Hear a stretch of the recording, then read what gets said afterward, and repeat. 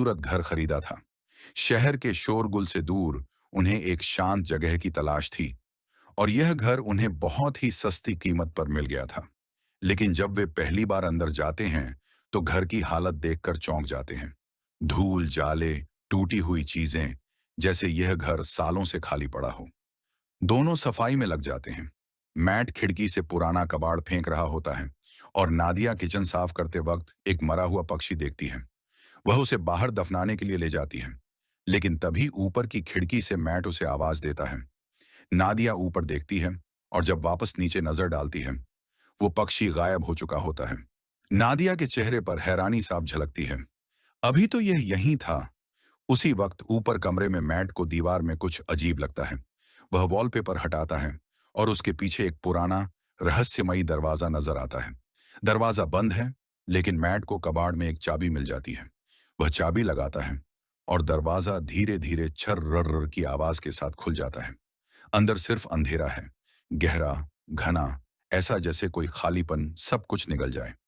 जैसे ही वे दोनों कमरे में कदम रखते हैं, पूरे घर की लाइट्स ब्लिंक करने लगती हैं। नादिया घबरा जाती है। मैट कहता है, कल इलेक्ट्रीशियन को बुला लेंगे, और वह बाहर निकल जाता है। नादिया कुछ पल वहां खड़ी रहती है, फिर एक बेचैनी महसूस करते हुए वह भी उसके पीछे चली जाती है। अगले दिन एक इलेक्ट्रीशियन आता है और घर की वायरिंग चेक करते हुए बेसमेंट तक पहुंच जाता है। वहां जो नजारा होता है, उसे देखकर उसकी आंखें फटी की फटी रह जाती हैं। पूरा बेसमेंट पुराने तारों से भरा हुआ होता है, हर कोने में उलझे हुए वायर्स। वह कहता है, मैंने अपने पूरे करियर में ऐसा कुछ नहीं देखा। काम खत्म करके जाते जाते वह मैट से पूछता है, तुमने ये घर खरीदा क्यों? जानते हो, पिछले मालिक का मर्डर यहीं हुआ था और उसके बाद कोई यहां रहना नहीं चाहता था। यह सुनकर मैट के होश उड़ जाते हैं। वह इंटरनेट पर रिसर्च करने लगता है और उसे थॉमसन फैमिली की एक पुरानी न्यूज रिपोर्ट मिलती है। एक कपल जिसे उनके अपने बेटे जॉन ने मार डाला था, और पुलिस के सामने जॉन ने कहा था, मैंने नहीं मारा, इस घर ने मुझसे यह करवाया है। मैट को यह सब झूठ लगता है। वह इसे नजरअंदाज कर देता है और रात को उसी अंधेरे कमरे में बैठकर शराब पीने लगता है। बोतल लगभग खाली है और वह मन में सोचता है, काश एक और बोतल होती। अचानक लाइट्स ब्लिंक करती हैं। कुछ पल अंधेरा छाता है और जब लाइट वापस आती है, उसके सामने एक नई बोतल रखी होती है। मैट हैरान, वह बोतल को छूता है। असली, यानी यह कमरा इच्छाएं पूरी करता है। अगली सुबह जब नादिया उठती है तो मैट कहीं नहीं मिलता। वह उस रहस्यमयी कमरे में जाती है और वहां देखकर दंग रह जाती है। कमरा अब महंगी पेंटिंग्स, गहनों और कीमती चीजों से भरा हुआ है। मैट मुस्कुरा रहा होता है। वह नादिया से कहता है, यह कमरा हमारी हर विश पूरी कर सकता है, बस दिल से मांगो और वो तुम्हारे सामने आ जाएगी। नादिया पहले तो हंस देती है, तुम मजाक कर रहे हो, है ना? मैट कहता है, एक बार ट्राई तो करो। नादिया मुस्कुराकर कहती है, ठीक है, मुझे जॉब चाहिए। मैट समझाता है, यह कमरा जॉब नहीं दे सकता, सिर्फ चीजें दे सकता है। वह नहीं जानती थी कि जिसके बाद नादिया आंखें बंद करके $1000 की विश करती है और पलक झपकते ही उनके पास $1000 आ जाते हैं। लेकिन अब भी नादिया को पूरी तरह से यकीन नहीं होता। इसीलिए वह दोबारा $1 मिलियन की विश करती है और पहले की तरह इस बार भी उन्हें $1 मिलियन मिल जाते हैं। अब नादिया को भी यकीन हो जाता है कि यह रूम कोई नॉर्मल रूम नहीं, बल्कि हर एक ख्वाहिश को पूरा करने वाला रूम है। और बस फिर क्या, यह लोग उस रूम से एक के बाद एक महंगी चीज मांगते हैं और वह चीज उनके सामने हाजिर हो जाती है। यह लोग महंगी wines, expensive clothes, diamond, gold, खाने पीने की चीजें और ढेर सारे पैसे इकट्ठा कर लेते हैं। ये दोनों रातों रात मिलियनियर बन जाते हैं और खुशी खुशी उनकी जिंदगी गुजरने लगती है। रात को नादिया मैट से पूछती है कि आखिर यह रूम उनकी इतनी सारी विशेष कैसे पूरी कर रहा है। लेकिन मैट कहता है कि हमें इस बारे में बिल्कुल भी नहीं सोचना चाहिए, हमें बस एंजॉय करना है। इस तरह से यह दोनों अगले कई दिनों तक अपनी जिंदगी बिलियनियर्स की तरह गुजारते हैं। हर बार जब भी उनकी कोई विश होती तो लाइट्स टिमटिमाती और उनकी सारी ख्वाहिशें बेसमेंट में बने उस रूम में तुरंत पूरी हो जाती। ये दोनों डांस करते हैं, पार्टीज करते हैं और खूब मजे लेते हैं। लेकिन उनकी यह चमक दमक वाली जिंदगी अब कुछ ही दिनों की मेहमान थी और अब उनके बुरे दिन शुरू होने वाले थे। वैसे तो यह रूम हर एक चीज दे सकता था, पर एक चीज जो इन दोनों की जिंदगी की सबसे बड़ी ख्वाहिश थी, और वह चीज उन्हें रूम दे भी सकता था। लेकिन यह दोनों रूम से उस चीज को मांगने के लिए तैयार नहीं थे, और वह चीज कुछ और नहीं बल्कि एक बच्चा था। एक दिन मैट नादिया को बच्चे का एक झूला गिफ्ट करता है, जो कि इस बात का इशारा था कि हमें बच्चे के लिए ट्राई करना चाहिए। मैट नादिया को समझाता है कि हमें एक बार फिर से कोशिश करनी चाहिए, लेकिन नादिया इसके लिए तैयार नहीं होती, क्योंकि पहले भी उसके 2 मिसकैरेजेस हो चुके थे। अब नादिया परेशान हो जाती में जाकर एक बच्चे की विश करती है और बच्चा उसे मिल भी जाता है। जब मैट आकर नादिया को बच्चे के साथ देखता है, तो वह बहुत गुस्सा हो जाता है और नादिया को डांटने लगता है कि तुम्हें बिना परमिशन के बच्चे को नहीं लेना चाहिए था। इस बात पर इन दोनों के बीच काफी देर तक बहस होती है। नादिया कहती है कि उसने यह शॉर्टकट इसलिए अपनाया ताकि मिसकैरेज या लेबर पेन की तकलीफें उसे ना झेलनी पड़े। वह कहती है कि हम दोनों इस बच्चे के साथ बहुत खुश रहेंगे, पर मैट इस बच्चे को एक्सेप्ट करने के लिए तैयार नहीं था और वह नादिया से कहता है कि तुम उस रूम में जाकर रूम से इस बच्चे को वापस लेने की विश करो। अब नादिया ना चाहते हुए भी उस रूम में आती है और बच्चे को गायब करने की कोशिश करती है, पर वह ऐसा नहीं कर पाती, इसलिए वह बच्चे को मैट के हवाले कर देती है। अब गोद में बच्चे को लेकर मैट भी इमोशनल हो जाता है और वह भी उस बच्चे को गायब करने की विश नहीं कर पाता और बच्चे को वापस नादिया की गोद में डाल देता है। अब ये दोनों फैसला कर लेते हैं कि इस बच्चे को पालेंगे और इस तरह से ये दोनों एक बच्चे के पेरेंट्स भी बन जाते हैं। अब बच्चे को लेकर नादिया तो काफी खुश थी, पर मैट को इस बच्चे से बिल्कुल भी लगाव नहीं था और मैट इस रूम के बारे में और जानकारी हासिल करना चाहता था। इसलिए वो फिर से रिसर्च करने लग जाता है और उससे पता चलता है कि वो लड़का जिसने इस घर के ओनर यानी अपने माँ बाप को मार दिया था, वो अभी भी जिंदा है और एक मेंटल हॉस्पिटल में जिंदगी बिता रहा है।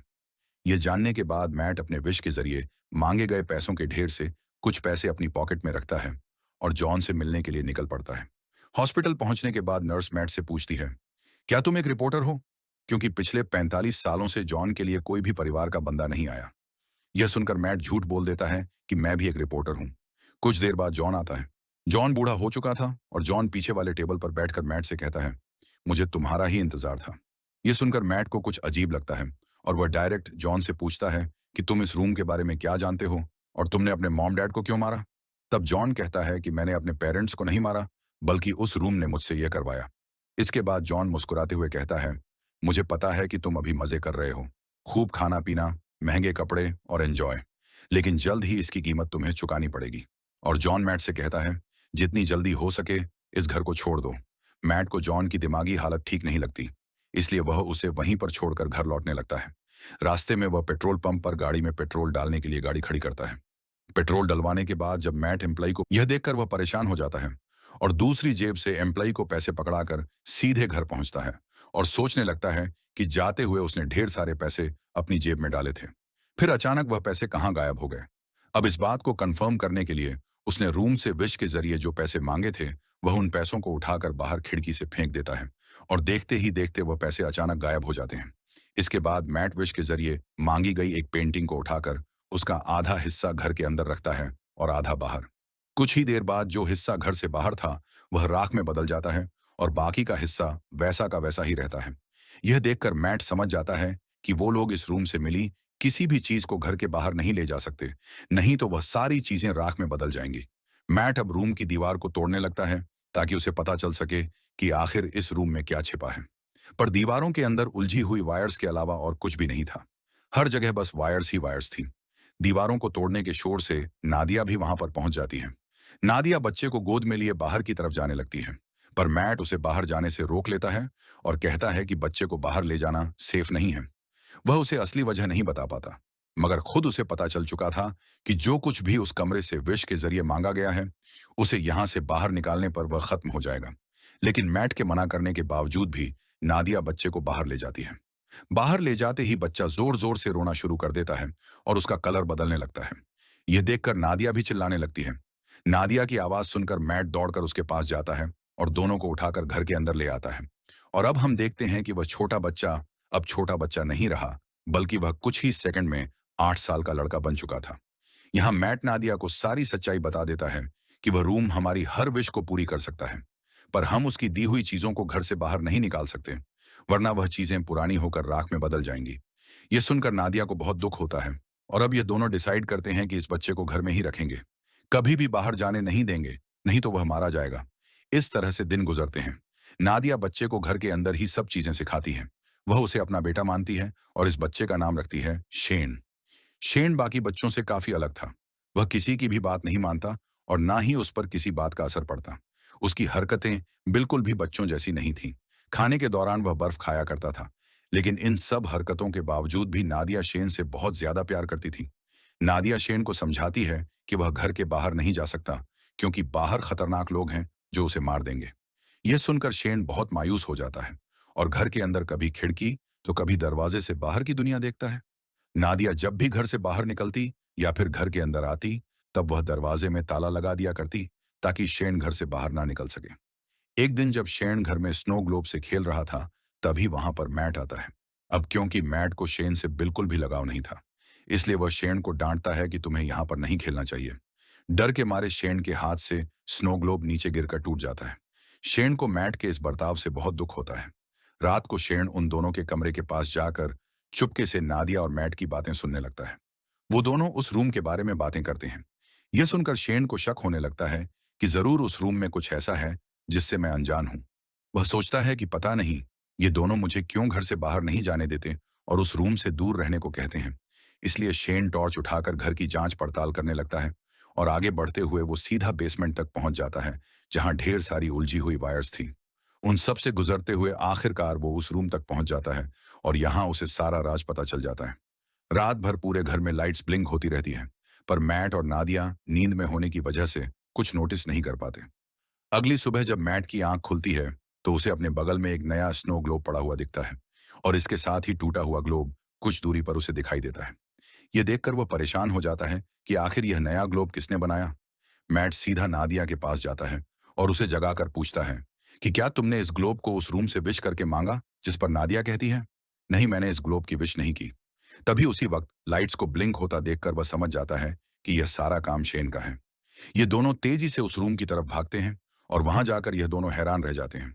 अब क्योंकि शेन को घर से बाहर जाने नहीं दिया जाता था, मजे से वहाँ खेल रहा था। नादिया अपने बेटे की बनाई हुई दुनिया को देखकर खुश होती है और उसके साथ खेलने लगती है, लेकिन मैट शेन के इस काम से बिल्कुल भी खुश नहीं था, क्योंकि उसे डर था कि कहीं वह उस रूम से बंदूक या फिर कुछ गलत चीज न मांग ले जिससे उनकी जान खतरे में पड़ जाए। इसलिए वो शेन को हाथ से पकड़कर वापस घर के अंदर ले आता है। अब मैट उस रूम की चाबी अपने पास संभाल कर शेन को उस रूम में जाने से मना करता है, लेकिन नादिया मैट को ऐसा करने से रोकती है। वो कहती है कि हम पहले ही शेन को घर से बाहर जाने नहीं देते। अब बेचारे ने खुद के लिए एक अलग आउटडोर बना लिया है, इसलिए हमें उसे वहां जाने से नहीं रोकना चाहिए और वहां उसकी जान को भी खतरा नहीं है। पर मैट नादिया की बात नहीं सुनता और कहता है कि शेन अभी ना समझ है, मुझे डर है कि कहीं वो गलती से उस रूम से कुछ ऐसी चीज ना मांग ले जिससे हम दोनों खतरे में पड़ जाएं। तभी फोन की घंटी बजती है और परमिशन न होने के बावजूद शेन फोन उठा लेता है, लेकिन जल्दी ही मैट उससे फोन छीनकर खुद बात करने लगता है। दूसरी तरफ कॉल पर जॉन था, जिसने शेन की आवाज सुनकर समझ लिया कि मैट ने उस रूम से एक बच्चा मांग लिया है। अब मैट भी उससे कोई बात नहीं छिपाता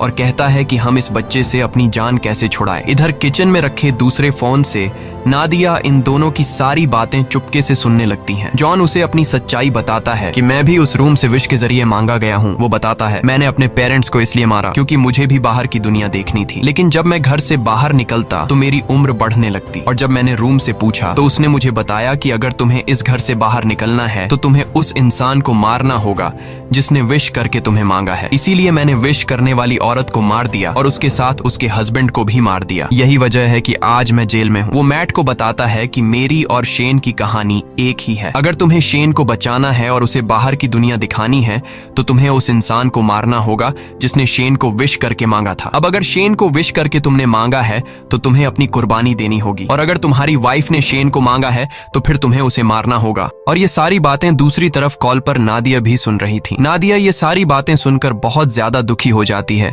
और वो गाड़ी निकालकर घर छोड़कर चली जाती है, जिससे मैट को उसकी फिक्र होने लगती है। नादिया शेन को जिंदगी देने के लिए खुद को मारने का सोचती है, पर वो ऐसा नहीं कर पाती। इधर मैट टेबल पर बैठकर शेन के साथ डिनर करने लग जाता है। तब शेन मैट से पूछता है कि मेरी मॉम कहाँ गई, और उससे और भी कई सारे सवाल पूछता है, जिससे झुंझलाकर वो शेन को बता देता है कि वो उनका असली बेटा नहीं है और न ही उसकी कोई पेरेंट्स है। इतना ही नहीं, वो गुस्से में आकर शेन को रूम से बाहर निकाल देता है। डर के मारे शेन रोते हुए ऊपर अपने रूम में चला जाता है। कुछ ही देर में मैट को अपनी गलती का एहसास होता है। वो शेन के रूम में जाकर उससे माफी मांगने लगता लगता है और सारी रात वो दोनों साथ में सोते हैं। जब नादिया वापस घर लौटती है तो इन दोनों को एक साथ सोते देखकर उसे बहुत अच्छा लगता है। कुछ देर बाद मैट की आंख खुल जाती है और वो देखता है कि नादिया घर वापस आ चुकी है। मैट नादिया से कहता है कि मैं तुम्हारे लिए बहुत ज्यादा परेशान हो रहा था और कहता है मुझे माफ कर दो क्योंकि मैं शेन पर चिल्लाया और तुमसे भी झगड़ा किया। बातचीत के दौरान ये दोनों एक दूसरे के करीब आने लगते हैं और जब ये दोनों रूम में इंटीमेट हो रहे थे तब शेन चुपकर दरवाजे से उन्हें देखने लगता है। वो अपने दिल में नादिया के लिए अट्रैक्शन महसूस करता है। अब उसे भी ये सारी चीजें करनी थी, इसलिए अब वो इन दोनों के सोने का इंतजार करता है। जब ये दोनों गहरी नींद में चले जाते हैं तब शेन चुपके से आकर मैट की पॉकेट से घर के बाहर जाने की चाबी चुरा लेता है। अगले दिन सुबह मैट और नादिया फ्रंट डोर को खुला देखकर समझ जाते हैं कि शेन घर से बाहर निकल गया है, इसलिए उन्हें डर था कि कहीं वो मर न गया हो। लेकिन तभी घर के एक अलग हिस्से में शेन को देखकर दोनों हैरान हो जाते हैं क्योंकि शेन अब जवान और ताकतवर हो चुका था। वो अपने पेरेंट्स की तरफ गन पॉइंट करके उन्हें धमकाता है। तब नादिया उसे समझाने की कोशिश करती है। इसी बीच मैट शेन पर हमला कर देता है और दोनों में फाइट होने लगती है। लेकिन उनकी फाइट के दौरान नादिया को धक्का लगता है जिससे वह नीचे गिरकर बेहोश हो जाती है। कुछ देर बाद मैट उसे जगाते हुए बताता है कि शेन को गलती से गोली लगने की वजह से वो मर गया। ये सुनकर नादिया रोने लगती है। मैट उसे तसल्ली देकर वापस घर में ले आता है और यहाँ आता है कहानी में सबसे बड़ा ट्विस्ट, क्योंकि अभी जो मैट नादिया को उठाकर घर लेकर गया वो असल में मैट नहीं बल्कि शेन है। इधर दूसरे रूम में जहाँ उनकी फाइट हुई थी असली मैट होश में आ जाता है और पूरे घर में अपनी वाइफ की तलाश करता है। तभी लाइट्स को फिर से टिमटिमाते देखकर वो उस रूम की तरफ जाता है, पर वहां भी उसकी वाइफ नादिया मौजूद नहीं थी। इधर नादिया को बिल्कुल भी खबर नहीं थी कि इसके साथ बैठा हुआ आदमी मैट नहीं बल्कि शेन है। लेकिन नादिया को भी मैट में कुछ बदलाव नजर आता है और जल्द ही उसकी बर्फ खाने की आदत से नादिया को पता चल जाता है कि ये मैट नहीं बल्कि शेन है जिसने रूम से विश करके अपने आप को मैट का रूप दे दिया है। दूसरी तरफ असली मैट समझ जाता है कि वो अकेला इस घर में फंसा है। शेन ने उसकी वाइफ को इस घर से किसी दूसरे घर में विश के जरिए शिफ्ट कर लिया है। अब वो इस घर से बाहर निकलने के लिए पूरी ताकत लगाकर दीवार को तोड़ने लगता है और आखिर सारे वायर्स को पार करके वह उस रूम तक पहुंच जाता है जो कि अब एक जंगल था जहां ढेर सारे ऊंचे ऊंचे पेड़ थे। वहां जाकर मैट को पता चलता है कि शेन ने रूम का यूज करके इस जगह को काफी बड़ा कर लिया था और वहां शेन ने उन्हीं की तरह एक डुप्लीकेट घर भी बना लिया था। वो यह भी समझ चुका था कि शेन ने उसका रूप नादिया को किडनैप करके इस डुप्लीकेट घर में रखने और अकेले में उसके साथ फिजिकल होने के लिए किया था। ये ख्याल आते ही अपनी बीवी को वापस पाने के लिए मैट उस जंगल में दौड़ते हुए फाइनली उस डुप्लीकेट घर के अंदर पहुंच जाता है जहां शेन नादिया के साथ जबरदस्ती करने की कोशिश कर रहा होता है। मैट को अंदर आते देखकर शेन फिर से लड़ाई के लिए तैयार हो जाता है। अब यहाँ नादिया भी पहचान नहीं पाती कि असली मैट कौन सा है क्योंकि वो दोनों बिल्कुल सेम टू सेम थे। और यहाँ ये दोनों नादिया से कहते हैं कि मेरे साथ चलो। अब नादिया समझदारी से काम लेते हुए शेन का नाम लेती है, जिसे सुनते ही शेन उसकी तरफ देख लेता है और नादिया को समझ आ जाता है कि यह शेन है, जिसके बाद वो शेन को धक्का देकर नीचे गिरा देती है। जमीन पर गिरते ही वो अपने असली रूप में आ जाता है। उधर मैट और नादिया रूम से बाहर निकलने की कोशिश करते हैं पर निकल नहीं पाते क्योंकि शेन ने रूम से उनके इसी घर में फंसे रहने की विश मांगी हुई थी। लाख कोशिशों के बाद भी जब वो लोग घर से नहीं निकल पाते तो मैट रुक जाता है और वहां से निकलने का कोई तरीका सोचने लगता है। यहाँ मैट होशियारी से एक ऐसी विश करता है कि हम दोनों का नया रूप इस घर के अंदर ही रहे और हमारा असली रूप इस घर से बाहर चला जाए। तभी अचानक वहां पर शेन भी आ जाता है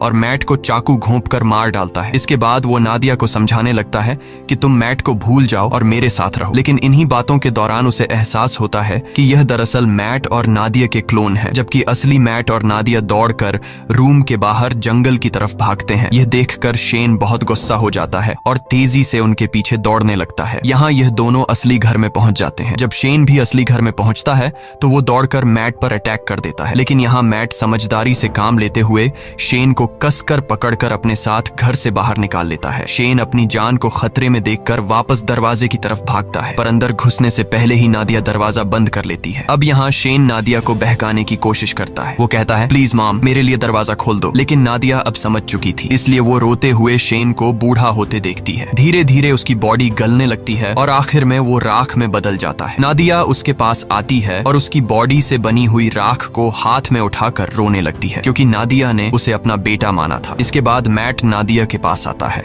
और दोनों एक दूसरे को गले लगा लेते हैं। अब सीन शिफ्ट होता है और हमें कुछ महीने बाद का सीन दिखाया जाता है जहां मैट और नादिया एक छोटे से घर में सेटल्ड हो जाते हैं और सुकून से रहने लगते हैं। पर थोड़े ही दिनों बाद नादिया डरते हुए अपना प्रेगनेंसी टेस्ट करती है और रिपोर्ट पॉजिटिव आती है, यानी अब इन दोनों का खुद का एक बेबी आने वाला है। इसी के साथ ये कहानी खत्म हो जाती है। अगर आपको ये वीडियो अच्छी लगी हो तो हमारे चैनल को सब्सक्राइब और वीडियो को लाइक जरूर कीजिएगा।